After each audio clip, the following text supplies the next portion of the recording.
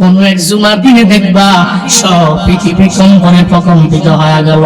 ও বান্দারা, ইয়াউমা ইয়াফিরুল মারউ মিন আখি ওয়া উম্মিহি ওয়া আবিহি ওয়া সাহিবাতিহি ওয়া বানি।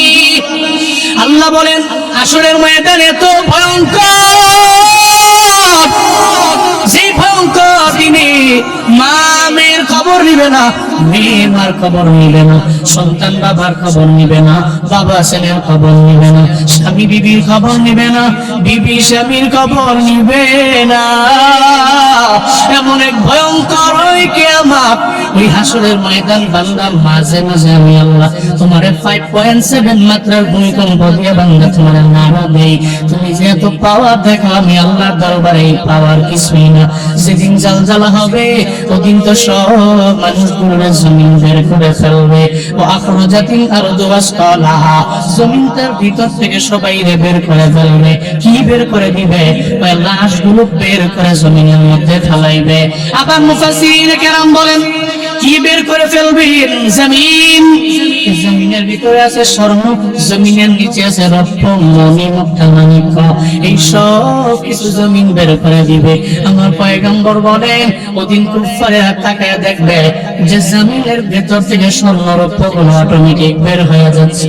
ওদিন ওই গুনাহগার, ওই বান্দারা চোখের পানি ফেলে ফেলে কাঁদবে আর দেখবে, বলবে এই স্বর্ণ রত্ন তোরা আমার জন্য এত পরিমাণে কাল, আমি তোদের দিকে তাকাইয়া একটা মানুষের গলার মধ্যে ছুরি লাগাইলাম, একটা মানুষকে হত্যা করে ফেললাম, নিজের হত্যাকারী বানাইলাম।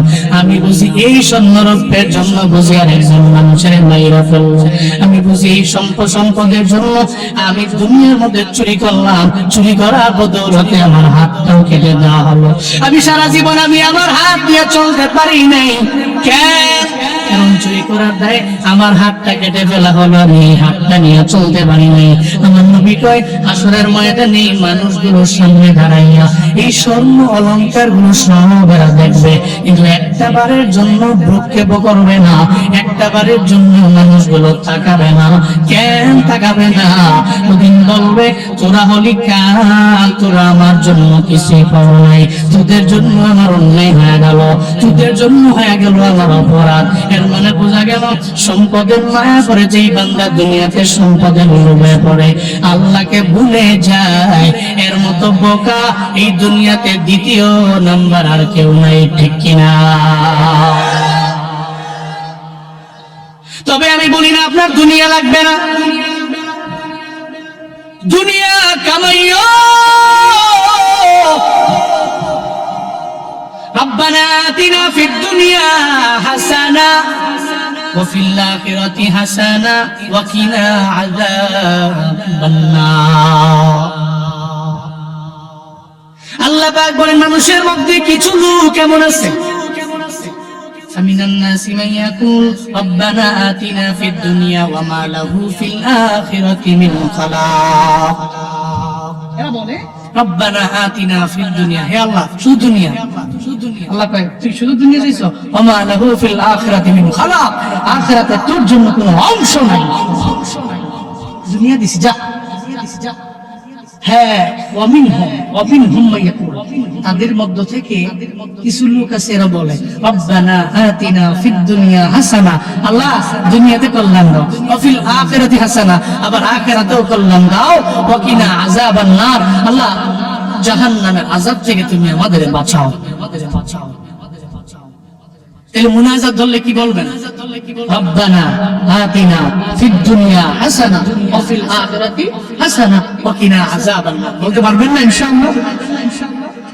আপনি দুনিয়া ভুইলা যাইও না। হ্যালো, হ্যাঁ ভাইও, কই যা বৈশা পড়ো জেনে আসছে, আমি বৈশা পড়ো আর যাইবার যদ্দূর উঠছে দূরে শেষ। মনে করছে অন্য জুড়ে কোন মারহাবা, নারায়ে তাকবীর, নারায়ে তাকবীর। তাহলে পৃথিবীকে নিজের পুঁজি বানায় যারা আখিরাতকে ভুলে যায়, এদের মতো আহমাক কেউ নাই। আমি আমার সাথে একজনের পরিচয় আছে, এই ঢাকা চট্টগ্রাম হাইওয়েতে ওনার একটা তেলের পাম্প আছে, জমি সহ। উনি গরিব মানুষ। হ্যাঁ কিও ঢাকা চট্টগ্রাম হাইওয়েতে বেটার জমি সহ একটা তেলের পাম্প আছে, বেটা গরিব মানুষ। যেমনি কইতাছি বুঝছেন না আপনারা? হ্যাঁ গরিব মানুষ, এটা ধনী মানুষ। আমি মাঝে মাঝে অবাক হই, উনি অনেক টাকার মালিক, কিন্তু উনি 5 ওয়াক্ত নামাজের 1 ওয়াক্ত কাজা দেন। এই মাঝে মাঝে এর সাথে বসে গল্প করি না, আমি অবাক হয়ে যাই। আমি কই আপনি পারেন কেমনে? আমি অবাক হয়ে গেছি। আপনার মতো বহু লোক টাকাওয়ালা আল্লাহরে ভুলে গেছে, আল্লাহরে ভুলে নাই। আল্লাহ আমারে দিছে, যে কোনো টাইমে দিয়ে দিতে পারে। কয়েকদিন পরেই তো আমার এই তেল পাম্পের মধ্যে আগুন লাগে, আল্লাহ যদি তুমি শেষ, তাহলে আমরা কি করে? আমি ভুলি নাই আল্লাহ, সম্মানও পাই। হাজারি সাহেব নিজে ওনারা ফোন দিয়ে হাসানা ফাউন্ডেশনে দেওয়া, বুঝলেন না? সম্মানও পায়, ভালো মানুষ। কেন বলবো? আপনার টাকাওয়ালা আপনি আল্লাহরে ভুলে যাবেন এর জন্য? আপনি কোটিপতি, আল্লাহকে না ভুইলা আপনি আল্লাহরে ডাকেন। আপনার মাল যাতে করে আল্লাহর জিকির থেকে আপনাকে দূরে সরিয়ে না দেয়, এটা মনে রাখবেন। সন্তান দিছে আল্লাহ দিছে, তাহলে আমার সন্তান যাতে করে আল্লাহর জিকির থেকে আমাকে দূরে ঠেলে না দেয়। লা তুলহিকুম আমওয়ালুকুম ওয়ালা আওলাদুকুম আন যিকরিল্লাহ। আল্লাহ পাক বলেন, তোমার সন্তান, তোমার মাল যাতে করে আল্লাহর জিকির থেকে বান্দা তোমারে দূরে সরিয়ে না দেয়। সন্তান পেয়ে আল্লাহরে ভুলো না, মাল পেয়ে সম্পদ পেয়ে আল্লাহরে ভুলে যেও না। সন্তানটারে মানুষের মতো মানুষ বানায় নেয়। এই সন্তান কবরের মধ্যে যাওয়ার পরে হবে আপনার নাজাতের ওসিলা। হ্যাঁ, একটা ছেলের জন্য মাদ্রাসায় পড়াবেন, আলেম বানাবেন। আপনি একটু কি চিন্তা করুন, কবরের মধ্যে সবাই যখন আপনাকে শোয়া দিয়ে চলে আসবে, কবরের মধ্যে আপনি একা একা শুয়ে থাকবেন, সবাই চলে যাবে, সব মানুষগুলো চলে গেল, কবরের মধ্যে বসে আছেন। মুনকার নাকির আপনারা বসাইয়া কবরের মধ্যে একটা রূহ দিয়া এবার আপনারা প্রশ্ন করবে, রবের পরিচয় দাও, ধর্মের পরিচয় দাও, রাহমাতুল লিল আলামিনের পরিচয় দাও। দিতে পারলে না ফায়দা, দিতে না পারলে কবর তো জাহান্নামের গর্ত হয়ে যাবে। আপনি চিন্তা করবেন, মুতু কবলান তামুতু, মরার আগে মরে যাবেন। রাতের বেলা আপনার ভূমি কোনায় বসে বসে খেয়াল করবেন, হঠাৎ করে একদিন প্রেমুল মসজিদের মাইকের মধ্যে ঘোষণা হয়ে যাবে, অমুকের নাই। ওদিন আমার নাম জুনায়েদ আল হাবিব থাকবে না, বলবে জুনায়েদের লাশটা কবরের মধ্যে নাও। ওদিন আপনার নাম থাকবে না আব্দুল জব্বার, ওদিন বলবে আব্দুল জব্বারের লাশ কবরে নামাও। ওদিন আপনার নাম আব্দুর রহিম থাকবে না, বলবে আব্দুর রহিমের লাশ কবরের মধ্যে নামাও। ওদিন আপনার নামটাকে বইলা, লাশ বইলা কবরের মধ্যে আপনার শুয়ে দিয়া চলে আসবে। সন্তান যদি একটা রেখে যান, সন্তান আপনারা ভুলে যাবে না, যে সন্তানের সিনার মধ্যে ঢুকাইলেন 30 পারা কোরআন। কবরের পাশে গিয়ে দাঁড়াইয়া আল্লাহ দরবারে বলবে, ও আল্লাহ, আমার বাবার কবর তুমি জান্নাত বানায়া দাও রে আমার আল্লাহ। সিনার মধ্যে 30 পারা কোরআন নিয়ে যদি বাবার জন্য সন্তানটা দোয়া করে, আল্লাহর কসম করে বলি, টানা 40 দিন পর্যন্ত আপনার কবরের মধ্যে আযাবে ফেরেশতারা আসবে না। সন্তান যদি মা বাবার কবরের পাশে গিয়ে দাঁড়াইয়া, কবরের পাশে গিয়ে দাঁড়াইয়া আগে দোয়া পড়বে, আসসালামু আলাইকুম ইয়া আহলাল কুবুর, ইয়াগফিরুল্লাহু লানা ওয়া লাকুম ওয়া আনতুম সালাফুনা ওয়া নাহনু বিল নাসর। এই দোয়া পারেননি? অনেকে তো এই দোয়াটাও পারে না, কবরের সামনে গিয়ে পড়ো না। হ্যাঁ, আপনি মরবেন না, মরে যাবেন, আপনি তো মরে যাবেন, থাকতে পারবেন না দুনিয়ায়। এই জন্য বলি, আপনি কবরে গিয়ে যে দোয়াটা পড়ে লাগবে আজকে থেকে মুখস্থ করে নিবেন না বাবা। আসসালামু আলাইকুম ইয়া আহলাল কুবুর, ইয়াগফিরুল্লাহু লানা ওয়া লাকুম ওয়া আনতুম সালাফুনা ওয়া নাহনু বিল নাসার।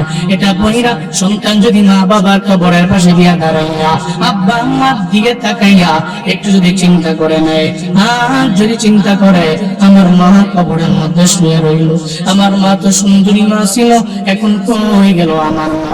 আমার মা এত সুন্দরী মা, সব মানুষগুলো দেখার জন্য আমার মাকে যখন বিয়া করে আমার বাবাই নিয়ে এলো, আমি পাশের বাসার আমার কাকি আমার থেকে শুনলাম, আমার মাকে যখন এই গ্রামের মধ্যে আসলো সবাই লাগিয়ে দাঁড়ায় গেল আমার মারে দেখার জন্য। পুরো এলাকার মধ্যে ভিড় জমে গেল, একটা পরি পোলাটায় বিয়া করে তার বাড়ির মধ্যে আসছে।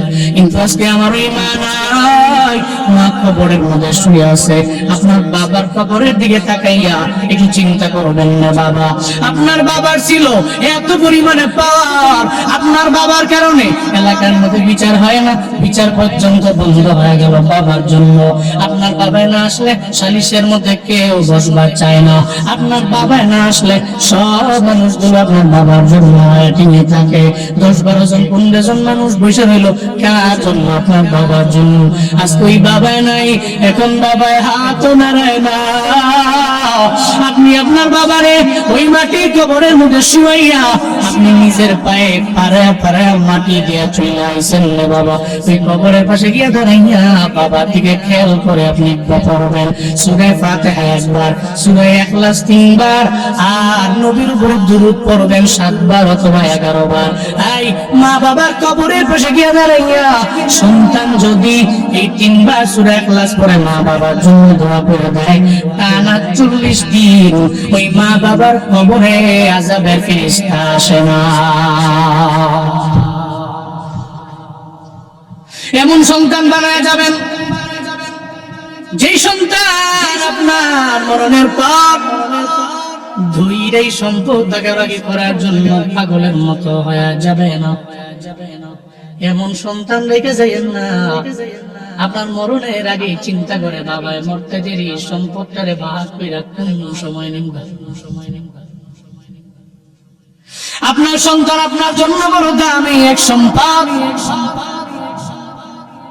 এই জন্য তো নবী কয় 4 শ্রেণীর মা বাবারা বড় দামি। কয় শ্রেণী? 4 শ্রেণীর মা বাবা বড় ভাগ্যবান। 4 শ্রেণীর মা বাবা। 1 নম্বরে সুহাদাদের মা বাবা বড় দামি। আল্লাহ পাক রব্বুল আলামিন বিনা হিসাবে জান্নাতে দিয়ে দিবে। সুবহানাল্লাহ। পকেটে থিয়া বাড়ি যাই পেন তাও 5-6 জনে কইছে, জোরে কোন সুবহানাল্লাহ, জোরে আলহামদুলিল্লাহ, আরো জোরে আল্লাহু আকবার। কয় সিনের আব্বা আম্মা ভাগ্যবান? 1 নম্বরে শহীদের আব্বা আম্মা। শহীদ কেডা? নেতার লেগে মরে গেছে গা শহীদ। এবার কি শহীদ? নেতার লেগে মরে গেছে গা বড়াই। নবীর জামানায় শহীদ ছিল, পাক্কা শহীদ, ইসলামের জন্য জীবন দিয়ে দিচ্ছে। সুহাদাদের মা বাবারা ভাগ্যবান। এরা এমন দামি এমন ভাগ্যবানের জন্যই সাহাবায়ে কেরামের সব আব্বা আম্মারা সন্তানটারে শহীদ বানাইতে পারলে এরা মনে করতো আমার জীবনের জন্য বড় ফায়দা, আমার আখিরাতের জন্য বড় ফায়দা।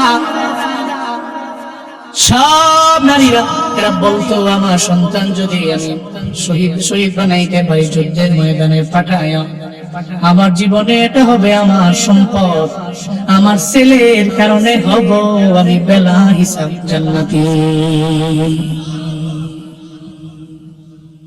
নবীর জামানায় আযান দিতে হযরত বেলাল, মিনারে দাঁড়াইয়া হযরত বেলাল আযান দিত, হাইয়া আলাস সালাত হাইয়া আলাল ফালাহ। এত মধুর বাণী হযরত বেলালের কণ্ঠে আসার পরে সব সাহাবায়ে কেরাম নবীর পেছনে নামাজ পড়ার জন্য সবাই যাইতো।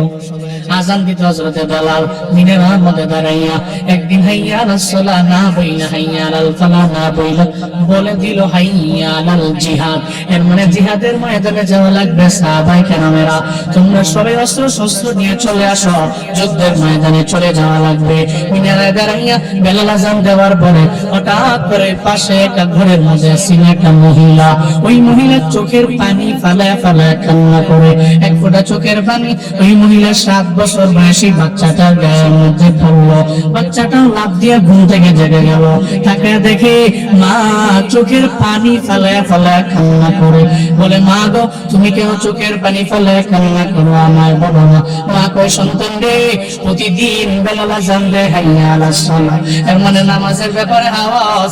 আমি ঘুম থেকে জেগে ওযু বানাইয়া মুসল্লা নিয়ে নামাজের মধ্যে দাঁড়ায় যাই, কিন্তু এই আওয়াজ বরাবরের মতো সবসময় দেয় না। নবী যেদিন বলেছেন ওদিন দেয়, নবী যেদিন বলে ওদিন মিনারে দাঁড়ায় বলে, রে হাইয়া আলাল জিহাদ, জিহাদের ময়দানে যাওয়া লাগবে, আসো না জিহাদের ময়দানে যাওয়া লাগবে।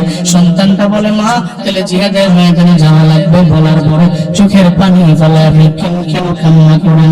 মা জানায় দেয়, সন্তান রে, এই মিনারে দাঁড়ায় কয়েক মাস আগে যখন আওয়াজ দিয়ে দিল হাইয়া আলাল জিহাদ, তোমার বাবা মানে আমার স্বামী আমার পাশে শুয়ে রইল। তোমার বাবারে আমি উঠে দিয়ে দিলাম, তোমার বাবা আমার থেকে বিদায় নিয়ে চলে গেল যুদ্ধের ময়দানে, জিহাদ করে জায়গায় শহীদ হয়ে গেল। আজ পর্যন্ত তোমার বাবার চেহারা আমি দেখতে পারিনি, তবে এজন্য কান্না করি না। কেন কান্না করি জানো? কারণ কান্না করার কারণ হলো, এখন তো আমার উপযুক্ত কোন সন্তান দুনিয়ার মধ্যে নাই। তুমি যেই না বালের সন্তান, আমার একটা সন্তান যদি উপযুক্ত হইত, তাহলে আমি পাঠাইয়া দিতাম তারা যুদ্ধের ময়দানে। ও জিহাদ করত, আমার নবীর সঙ্গে যুদ্ধের ময়দানে যাইয়া শহীদ হয়ে যেত, আর আমি শহীদ সন্তানের মা নিজে হয়ে যেতাম। এবার ওই সন্তান বলে, মা চোখে পানি বন্ধ করো, মা তোমার চোখের পানি আমি সহ্য করতে পারি না, বরদাস্ত করতে পারি না গো, আমার চোখের পানি বন্ধ করো। আমি তোমার দরবারে ওয়াদা দিয়ে দিলাম, আজকে যুদ্ধের ময়দানে আমি যাব, আমি ছোট্ট বাচ্চা হইতে পারি, এর উপরেও যাব, তবে গাজী হয়ে ফিরবো না। ওই যুদ্ধের ময়দানে আমি নিজে শহীদ হয়ে যাব, শহীদ সন্তানের মা তুমি হয়ে যাবা। চিল্লা পড়ে যাবে কি মারহাবা। মা চোখের পানি বন্ধ হয়ে গেল। মা বলে, সন্তান আমার চোখের পানি বন্ধ, আমার জীবনটাই বড় ধন্য হয়ে যাবে। তুমি যা বলছো ওইভাবে যদি কাজ করে, তাহলে আমার জীবন ধন্য হয়ে যাবে। সন্তানটারে কুলের মধ্যে লইয়া মা রওনা হয়ে গেল নবীর দরবারে। আমার নবী ফজরের নামাজের পরে সবাই লাইনে দাঁড় করাইলো। আজকে যুদ্ধের ময়দানে কে যাবে এটা পরীক্ষা করার জন্য লাইনে দাঁড় করাইলো, কে লিডার হয়ে যাবে, কে যুদ্ধের ময়দানে কোন জায়গায় থাকবে। আমার নবী সাহাবায়ে কেরামদের লাইনে দাঁড় করাইলেন। পিছন যাইয়া ওই মহিলাটা সন্তানটারে কুলের মধ্যে নিয়ে লাইনে দাঁড়ায় গেল। সাহাবায়ে কেরাম কয়, মহিলা তোমার তো যুদ্ধের ময়দানে নেওয়া হবে না, তোমার নেওয়া হবে না, কেন আসলা? তোমার নেওয়া হবে না। মহিলাকে, আমি যাইতাম না, আমার সন্তানটারে যুদ্ধের ময়দানে দেওয়ার জন্য আমি আসলাম, আমি যাইতাম না, ওরে দেওয়ার জন্য। আরে কও কি, মাত্র 7 বছর বয়সী বলা, ও যুদ্ধ করবে কেমনে? তরবারি ধরতে পারবে না, ঢাল ব্যবহার করতে পারবে না, সম্ভব না তোর দ্বারা। যাও নিয়ে যাও। আমার সামনে গেছে যে পথে, সন্তানটাকে আমি ওই পথের পথিক বানাতে চাই, সুবহানাল্লাহ পড়বেন না। আমার সামনে গেছে যেই পথে, আমার সন্তানটাকে আমি ওই পথের পথিক বানাইতে চাই। বারণ করো না, নিষেধ করো না, নিষেধ করো না। কও কি, যুদ্ধ তো করতে পারবে না, না পারুক। সাহাবায়ে কেরাম অবাক হয়ে গেলেন, মহিলা কই? এক পর্যায়ে যখন তারা কথা বলতেছে, নবীর কান মুবারকে এদের ধ্বনি পৌঁছে গেছে। নবীর সামনে গিয়ে দাঁড়ায় গেল মহিলা। নবীরে বলে, নবী আমার এই সন্তানটারে যুদ্ধের ময়দানে দেওয়ার জন্য আইলাম। নবী কয়, মহিলা রে, সন্তানটা কেমনে যুদ্ধ করবে আমার তো বুঝ হয় না, কেমনে যুদ্ধ করবে, তুমি তারে নিয়ে যাও, বাড়িতে নিয়ে যাও, বড় হয়ে গেলে আমি নবী তাকে সঙ্গে করে যুদ্ধের ময়দানে নিয়ে যাব। তুমি এখান থেকে নিয়ে যাও। মহিলা বলে, ও পয়গম্বর, আমি জানি ও যুদ্ধ করতে পারবে না, তরবারি ধরতে পারবে না, ঢাল ধরতে পারবে না, ও যুদ্ধের ময়দানে যুদ্ধ করতে পারবে না, ও কাফের বেঈমানদের বিরুদ্ধে যুদ্ধের ময়দানে জিহাদ করতে পারবে না, এটা আমার পরিপূর্ণ জানা আছে। কিন্তু পয়গম্বর, আমি আমার সন্তানটারে কেন আপনার সামনে নিয়ে আইলাম জানেননি? ও পয়গম্বর আমার, যুদ্ধের ময়দানে আপনি আমার ছেলের ঢাল বানাবেন, আপনারে মারার জন্য আপনার ডান দিকে যখন বেদিরা আপনারে মারার জন্য তীর মারবে আপনার দিকে, আপনার ডান দিকে যখন মারবে, আমার সন্তানটারে আপনি একটা ঢাল বানাবেন, ঢাল বানায়া ডান দিকে আমার পোড়াটারে ধরে রাখবেন, আমার ছেলের উপরে তীর পড়বে, আমার নবী আমার ছেলের কারণে বেঁচে যাবে। শুধু তাই না গো নবী আমার, আপনার বাম দিক বরাবর কাফের বেঈমানেরা আপনাকে মারার জন্য যখন তীর মারবে, আপনার বাম বরাবর আমার সন্তানটারে আপনার দুই হাতে দিয়ে সন্তানটারে উঁচু করিয়া আপনি বাম দিকে ধরে রাখবেন, আমার সন্তানের উপরে তীর পড়বে, আমার নবী আমার পুরার কারণে বেঁচে যাবে। শুধু তাই না, আপনার বুক বরাবর দুনিয়া থেকে বিদায় করে দেওয়ার জন্য যখন আপনার মারার জন্য আপনার থেকে তীর মারবে, আপনি আমার সন্তানটারে আপনার বুক বরাবর ধরে রাখবেন, আমার সন্তানের ডান দিক ঝাঁঝরা হয়ে যাবে, আমার সন্তানের বাম দিক ঝাঁঝরা হয়ে যাবে, আমার সন্তানের বুকটাও পরিপূর্ণ ঝাঁঝরা হয়ে যাবে, ও দুনিয়া থেকে বিদায় নিয়ে চলে যাবে। অসুবিধা নেই গো পয়গম্বর, হাসরের ময়দানে আমি আল্লাহর দরবারে বলবো, ও আল্লাহ, আমার স্বামী যে গেছে যেই পথে আমি আমার সন্তানের পাঠিয়ে দিছি, সেই পথে আমার সন্তানটা আমার নবীরে বাঁচানোর জন্য আমার সন্তানটা ডান দিকে তীর নিয়ে নিল, বাম দিকে তীর নিয়ে নিল, আবার বুক বরাবর তীর নিয়ে দুনিয়া থেকে বিদায় নিয়ে চলে গেল। আল্লাহ গো, এই উসিলে কি আমি মায়ের একটু জান্নাত দেওয়া যায় না? আমি আমার সন্তানটারে শহীদ বানানোর জন্য আপনার দরবারে নিয়ে এলাম। আমার মায়ের নবী কয়, না রে মহিলা, আবেগ দিয়ে তো সব চলে না, আমি এই ছোট্ট বাচ্চাটারে যুদ্ধের ময়দানে নিবে চাই না, তুমি যাও যাও বাড়িতে নিয়ে যাও, আমি ওয়াদা দিয়ে দিলাম এই ছেলে বড় হয়ে গেলে যুদ্ধের ময়দানে আমার সঙ্গে যাবে, জিহাদের ময়দানে গিয়ে আমার সঙ্গে যুদ্ধ করবে। এর বড় মানবার চায় না, আমার নবী বারবার বারণ করে দেয়, মানবার চায় না। এবার সন্তানটারে লইয়া যখন আবার রিটার্ন ব্যাক করে বাড়ির দিকে রওনা, পথিমধ্যে যাওয়ার পরে সন্তানটা মারা জানাবে, মারা কইলে যাও বাড়ির মধ্যে লয়ে যাই, নিও না মা গো, তোমারে আমি ঘরের মধ্যে ওয়াদা দিছিলাম, আমি আজকে শহীদ না হইয়া বাড়ির মধ্যে ফিরবো না, আমার নিও না।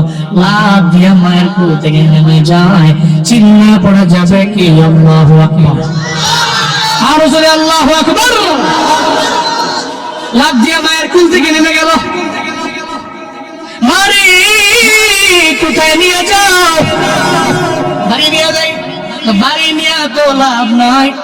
ও মা, তোমার তো বলছি যুদ্ধের ময়দানে আমি যাব, আজকে যুদ্ধের ময়দানে আমি গাজী হয়ে ফেলবো না, আমি যেন শহীদ বানিয়ে ফেলবো, ছেড়ে দাও আমার, আমি চলে যাবো যুদ্ধের ময়দানে, ছেড়ে দাও, দাও মা আমায় বিদায় দাও, ভোগাল ভরে চুমু খাও, যাবো আমি জিহাদেতে সেই সাজে সাজিয়ে দাও, দাও মা আমায় বিদায় দাও, ভোগাল ভরে চুমু খাও, যাবো আমি জিহাদেতে সেই সাজে সাজিয়ে দাও, যাবো আমি জিহাদেতে সেই সাজে সাজিয়ে দাও।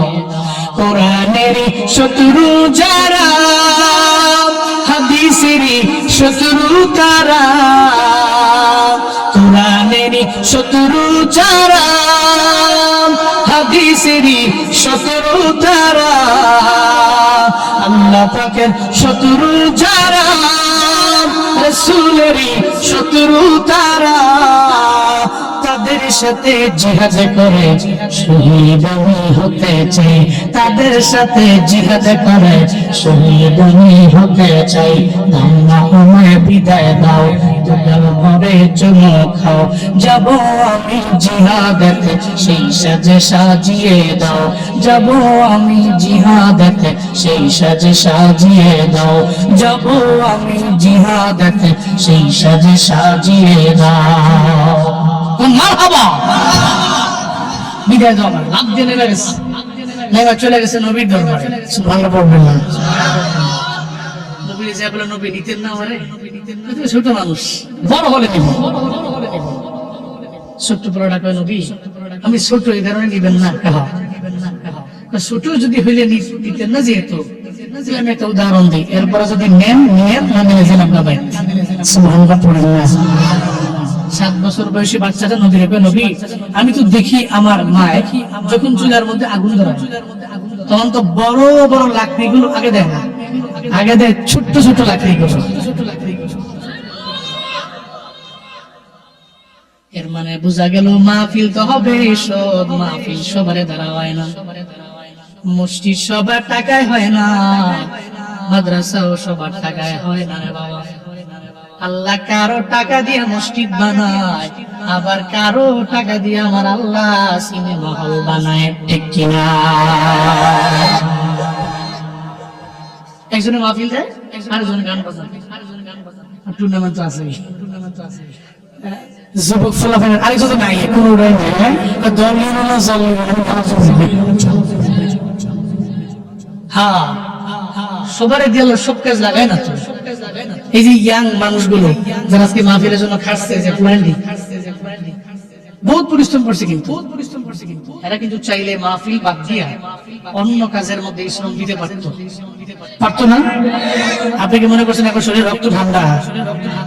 আরে সুবহানাল্লাহ, খালি আমরা হাতে একটা বাইক দিয়ে দেখেন না, এবারে দৌড় দিয়ে কুট্টু করে নাই, কই রে কই ঢাকাইছে কিনা, আটটু করে কই কই তুই আই বসে আমি খাইতাম, কিছু কিছু খাই ফিরে আমরা বন্ধু বান্ধব, মানে এরা তো ইয়াং মানুষ, এদের রক্ত কম, ওই অফারে গেছিল, একজন কয়ে দিছে, ক্লিয়ার কইছে, আমার ডর যাইছে, চিনছো না আমারে, আমার লিঙ্ক কাপ চিনছো না, আমার গ্রুপে যে ওলাইন আছে একটা নকডাউন খালি আছে, সব বাইক লয়ে ফেলবো পাগলার মতো, চিনো না আমারে?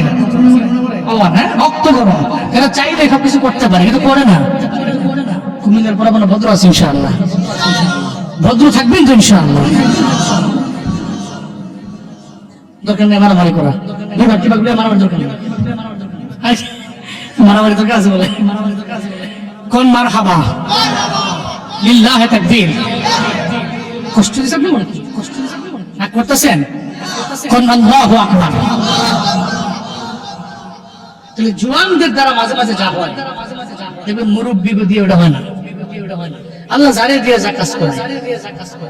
ছোট্ট ফোলাটা কয় নবী ছোট্ট স্যার, আমি তো দেখি লাকড়িগুলো বড়ি আগে দেয় না, আগে দেয় ছোটটি পরে বড়ি। কি বুঝাতে চাও? যুদ্ধের ময়দানে নবী যাবেন, সব সাহাবায়ে কেরাম আপনার সঙ্গে যুদ্ধের ময়দানে যাবে, সব সাহাবায়ে কেরাম দাঁড়িয়ে থাকবেন, আমি ছোট, আমি দাঁড়াবো সামনে, সব সাহাবায়ে কেরাম পেছনে থাকবে। নবী গো আমি সামনে থাকার কারণে আমার দিকে থাকা কাফেররা বলবে ছোট্ট একটা পোলায় যুদ্ধ করার জন্য চলে আইছে ময়দানে, আমার দিকে মারবে, আমারে মারার পরে তীর মারামারি শুরু হয়ে যাবে। এর মানে যুদ্ধের ময়দানে, আজকে জিহাদের ময়দানে যুদ্ধটা আমি ছোট সন্তানদের তীর মারার মাধ্যমে শুরু হয়ে যাবে। এই কারণে পয়গম্বর আমার নিতে বললাম,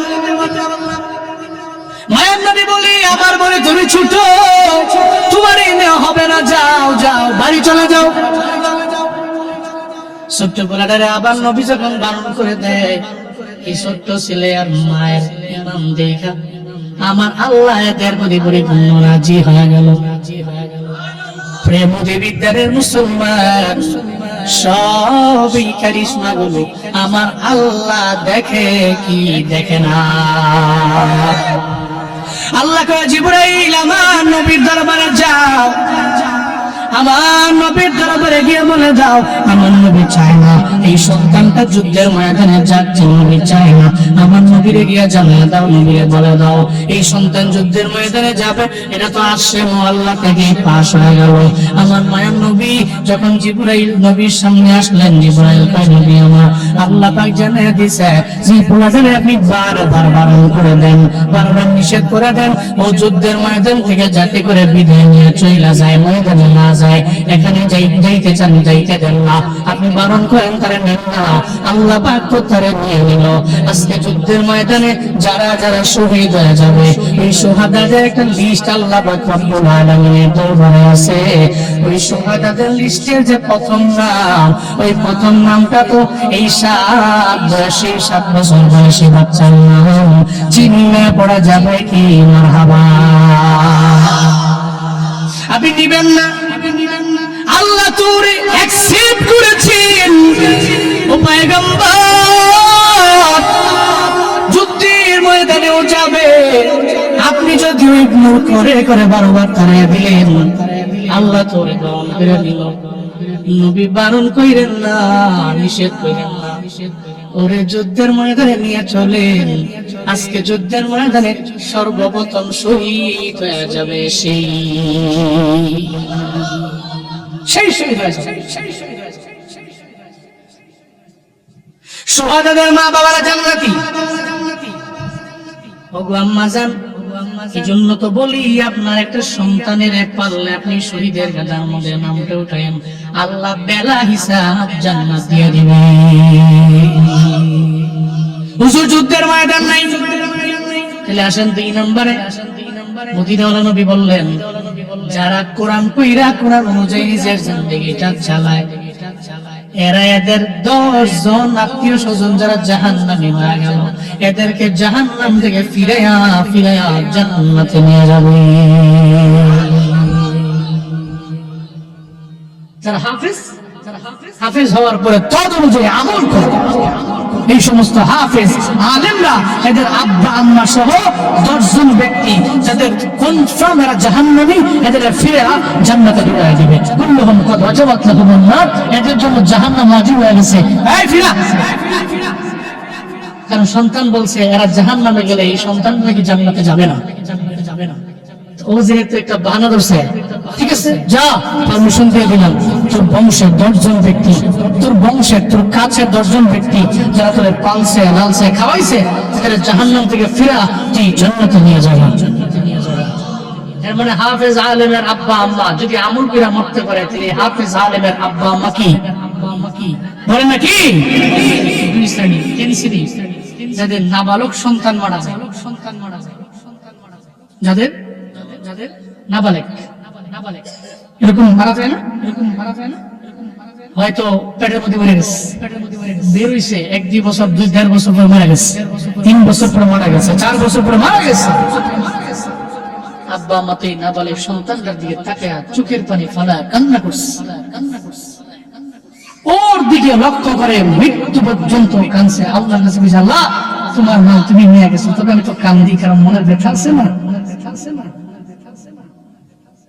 আবার মায়ের নবীও তো কান্না করেছেন। সূরাতুল কাউসারের শানে নজুল পড়েন, আমার মায়ের নবী ইব্রাহিম রাদিয়াল্লাহু আনহু হারাইয়া আমার নবী চোখের পানি ফেলায় কাঁদছে।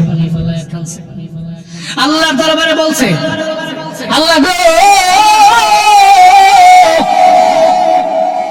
যাই ছেলে দিলা নিয়ে গেলা, ইব্রাহিম রে নিও না। আল্লাহ কয় নবী ইব্রাহিম রে নিয়ে যাও। ইব্রাহিম দুনিয়া থেকে বিদায় নিয়ে চলে গেলেন, আমার মায়ার নবী কান্দে। সুবাই আমার নবীর আবতার হইলা গালি দেয় আবু জাহালের দলের লোকেরা, মুহাম্মদ আবতার নিঃসন্তানের কোন সন্তান দুনিয়ার মধ্যে বেঁচে থাকে না, তার নাম নেওয়ার মতো দুনিয়ার মধ্যে আর কেউ থাকবে না। যখন আমার নবীর গালি দেয়, আমার নবী চোখের পানি ফালায় ফালায় রবের দরবারে কান্দে। 1 নাম্বার কান্নার কারণ সন্তানগুলো আল্লাহ যায়, আল্লাহ নিয়ে চলে যায়। 2 নাম্বার কান্নার কারণ সবাই আমার নবীর নিঃসন্তান বলে গালি দেয়। দেয়, আবতার হইলা গালি দেয়। আল্লাহ কয়, হাই ফেরেশতা জিবরাইল সূরা কাউসার নিয়ে নবীর দরবারে যাও, আমার সাথে পড়েন না, ইন্না আ'তাইনাকাল কাউসার ফাসাল্লি লিরাব্বিকা ওয়ানহার ইন্না শানিয়াকা হুয়াল আবতার। চিল্লা জোরে করে পড়েন আল্লাহু আকবার। আল্লাহ নাযিল করলেন, নবী আমার, আপনারা যারা আবতার বলে, নিঃসন্তান বলে বলে গালি দেয়, নবী গো আপনি জীবনে কোনদিন নিঃসন্তান হতে পারেন না। নিঃসন্তান তো আবু জাহাল হয়ে যাবে আর হবে লেজ কাটা। আমার নবীকে ডাকার মতো উম্মত আছে না নাই? দরুদ পড়ার মতো উম্মত আছে না নাই? নবীর স্মরণ করার মতো উম্মত এই দুনিয়াতে আছে না নাই? আফ্রিকার সেনেগালের এক কিনারার মধ্যে বসে বসে একটা কালো মানুষ আমার নবীর জন্য কান্দে। কত দূরে রে, আটলান্টিকের কিনারায় বসে বসেও কান্দে। কেন? নবীর মায়া দিলে, নবীর মায়া দিলে এই কারণে চোখের পানি ফেলে কান্না করে, আল্লাহ কেন আমার মদিনায় নেয় না? আমার নবীর স্বপ্ন চোখে আমার আল্লাহ কেন আইনা দেয় না? আল্লাহ কেন নবী গো আপনারা যারা লেসকাটা আবতার বইলা গালি দেয়, এরাই তো আবতার হয়ে যাবে, এরাই নিঃসন্তান হয়ে যাবে। এই প্রেম বিদ্যারে মুসলমান বলো, আমার নবীর নাম নেওয়ার মতো লোক তো পৃথিবীর মধ্যে অভাব নাই। আবু জাহেলের নাম নেওয়ার মতো লোক আছে, আছে? উতবার নাম নেওয়ার মতো লোক আছে, সাইবার নাম নেওয়ার মতো, ওয়ালিদ ইবনে মুগিরা নাম নেওয়ার মতো কেউ আছে? এদের নামও কেউ নেয় না, নিলেও 40 বার থুতু মেরে পড়ে নেয়। এমনকি হাজী সাহেব হজ করার জন্য উমরায় যায়, অথবা হজ করার জন্য হজে যায়। দেখবেন হাজী সাহেব বাইতুল্লাহর মধ্যে তাওয়াফ করে 7 বার, এরপরে সাই করার জন্য যায় সাফা মারওয়ায়। সাফা টু মারওয়া, মারওয়া টু সাফা, সাফা টু মারওয়া, মারওয়া টু সাফা, সাফা টু মারওয়া। এরপর কয়বার সাই করে 7 বার সাই করে, 7 বার সাই করে মারওয়া থেকে নিয়ে বের হয়ে যায়। মুআল্লিম সাহেব নিয়ে যায়, আসেন না আবু জাহেলের বাড়িটা আমি আপনারা একবার দেখাবো। কোন জায়গায় বাড়ি? মোটামুটি সাই করছি 7 বার, সেটা রাগও আছে, তোয়াজ করেছি। কোন জায়গায় বাড়ি? মুআল্লিম সাহেব নিয়ে যায়, মারওয়া থেকে একটু গেলেই হাম্মাম আবি জাহাল, আবু জাহেলের বাড়ি। মুআল্লিম সাহেব নিয়ে কি এটা আবু জাহেলের বাড়ি? আমার তো 2 নম্বর সাপ দিয়ে লাগছে, 2 নম্বর সাপ দিয়ে লাগছে, এবারে দূর দিয়ে গেছে গা, দূর দিয়ে গেছে গা। এখানে কাফেরটা দুইজন গেছে, দূর দিয়ে যাই। এরপরে মনে করেন যে ইচ্ছা মতো বুঝলেন বিষয়টা খুব দূর করা যায়। সারা জীবন হয়েছে, হুজুরে কইছে আবু জাহাল নবীরে জ্বালাইছে। আমার হের বাড়ি হয়েছে আম্মাম, তাহলে তো মোটামুটি একটা প্রেশার একটা বেশি। কি এর একটা ডাইরেক্ট 2 এক মারাইতে হয়েছে, 2 আবু জাহেলের বাড়িতে পরে বেরিয়ে মোটামুটি ক্লিয়ার হয়েছে। হ্যাঁ পুরো ক্লিয়ার, খুশি নিয়ে একটা খুশি। আবু জাহেলের বাড়ি হাম্মাম, টয়লেট। আবু জাহেল কইছিল মুহাম্মদ সাল্লাল্লাহু আলাইহি ওয়াসাল্লামের নাম নেওয়ার মতো কেউ থাকবে না, অথচ নবীর নাম নেওয়ার মতো লোক ঠিকই আছে। নবীর রওজায় গিয়া চোখের পানি ফেলে, লক্ষ কোটি উম্মত চোখের পানি ফেলে কান্দে। কিন্তু আবু জাহেলের বাড়িটা টয়লেট হয়েছে, মানুষ গিয়া মলমূত্র ত্যাগ করে শান্তি পায়। কথা কোন ঠিক কিনা? যুগে যুগে নব্য ফেরাউন আর নব্য আবু জাহালদের বাড়িগুলো এমনই হয়, এদের বাড়িগুলো হাম্মাম খানায় পরিণত হয়। এই জন্য আল্লাহ নবীকে বললেন, নবী চিন্তা দরকার নাই, তো নবীজিও চোখের পানি ফেলায় কাঁদছেন সন্তানের জন্য, ঠিক কিনা? তাহলে সন্তান হারায় গেলে আব্বা আম্মা কান্না করে, চোখের পানি ফেলায় কাঁদছে। হাসরের ময়দানে নাবালক সন্তান জান্নাতের পাখি, ও বলবে আল্লাহ জান্নাতে আমারে দিয়ে দিছো, আমি তো একা যাবো না, তুই আবার কি কইস? আমি আমার আব্বা আম্মার লয়ে যাবো। আল্লাহ বলে যা, পারমিশন দিয়ে দিলাম, তুই তোর আব্বা আম্মারে লইয়া জান্নাতে চলে যা, জান্নাতে চলে যা। 4 নাম্বার, জি আব্বা আম্মার সন্তানটা পাগল। কি 50 বছর লাগে পাগলটারে পাললো, লালন পালন করে নিল। এই পাগলটা ডানে বললে বামে যায়, বামে বললে ডানে যায়। মনে রাখবেন, যারা জন্মের পর থেকেই পাগল, এরা আব্বা আম্মারে জান্নাতের মধ্যে নিয়ে যাবে, জান্নাতের মধ্যে নিয়ে যাবে। আবার এমন পাগল না, উনি 20 বছর লাগে ভালো, এরপর হঠাৎ পাগল হয়ে গেল। কেমন পাগল? দেখবেন চুলগুলারে বড় রেখা, দাড়িগুলারে লম্বা বানাইয়া, দেখবেন বিভিন্ন মাজারে মাজারে ঘুরে বেড়ায়। কি রে? আমি পাগল। আছে না নাই? হারা ওয়াক্ত খালি গাঞ্জা রাখে, গাঞ্জা আমজা দিয়া ধইরা টাইম না এমনটা। ওই যে আমি পাগল, বুঝো না? কি পাগল তেমন ফকির, আমি ফকির। কিন্তু সাজেরা সাজেরা সাজেরা এলাকায় এতদিন ভালো ছিল, হঠাৎ করে দেখি রে চিল্লো কিলো কোথাও পাগলের মতো। তুমি কি পাগল? কোন পাগল? সবই তো বুঝি। দাঁড়িয়ে লম্বা টম্বা রাইখা ফুল টুল দিয়ে বড় বড় কইরা মুষ্টি জীবন কারো নাই, বড় হয়ে গেছে। বুঝেন নাই? ভাত খেতে গেলে মুষ্টি কামড় খায় বারবার। এরকম বড় বড় মুখ বানায়, দাড়িটাকে এত লম্বা করে কাটেও না কুটেও না, দেখতে মনে হয় আস্তেটা পাগল। এরকম পাগল না তো যারা জন্ম থেকে পাগল হয়ে দুনিয়া আসছে। আব্বা আম্মা 50 বছর লাগে এটার জন্য কষ্ট করছে, শ্রম দিচ্ছে, তার ব্যাকগ্রাউন্ড থেকে থেকে পুরানি হারায় যায়। এই পাগল পুরাটা লেগা আব্বা আম্মা পরিশ্রম করছে। আসলে আল্লাহ বলবে, এই পাগল, আমি আল্লাহ তোরে দুনিয়া মিলাইনি, পাগল বানাই নাও। পাগল রে, আমি আল্লাহ তোরে সব দিয়া দিব, তবে তোর প্রেমটারে আমি আল্লাহ বানাই নাও। তুই দুনিয়াতে কোনো অন্যায় করো নাই, কোনো গুনাহ করো নাই, যাই করছো কিন্তু তোমার নিজের জ্ঞানে তুমি করো নাই রে পাগল। এই পাগল, আজকে জান্নাতের একটা দরওয়াজা ওপেন আছে, যেই দরওয়াজা দিয়ে মন চায় ওই দরওয়াজা দিয়ে জান্নাতে ঢুকে যাও, ওই দরওয়াজা দিয়ে জান্নাতে ঢুকে যাও। পাগল বলবে, আল্লাহ আমি একা যাব না, আমার মা বাবা 50 বছর লাগাইয়া 60 বছর লাগাইছে আমার লালন পালন করবো। আমার মা বাবা একটা বেলা খাবারের বেলা আমার বলবো না, পাগল রে আমি তোরে খাওয়াবো। আমার মা বাবা আমার খাওয়াইল, আমার মা বাবা আমার লালন পালন করলো। আল্লাহ গো, আমি একা একা জান্নাতের মধ্যে যেতে পারি না। তুই কি বলস? আমি আমার মা বাবার নিয়ে জান্নাতে যাব। আল্লাহ বলবে, পারমিশন দিয়ে দিলাম পাগল রে, তোর মা বাবারে নিয়ে জান্নাতে চলে যা। তাহলে 4 শ্রেণীর মা বাবারা ভাগ্যবান। 1 নাম্বার বলেন না, 2 নাম্বার হাফেজ আলেম, 3 নাম্বার নাবালেগ সন্তান মানে এর আব্বা আম্মারা নিয়ে জান্নাতে যাবে। 4 নাম্বার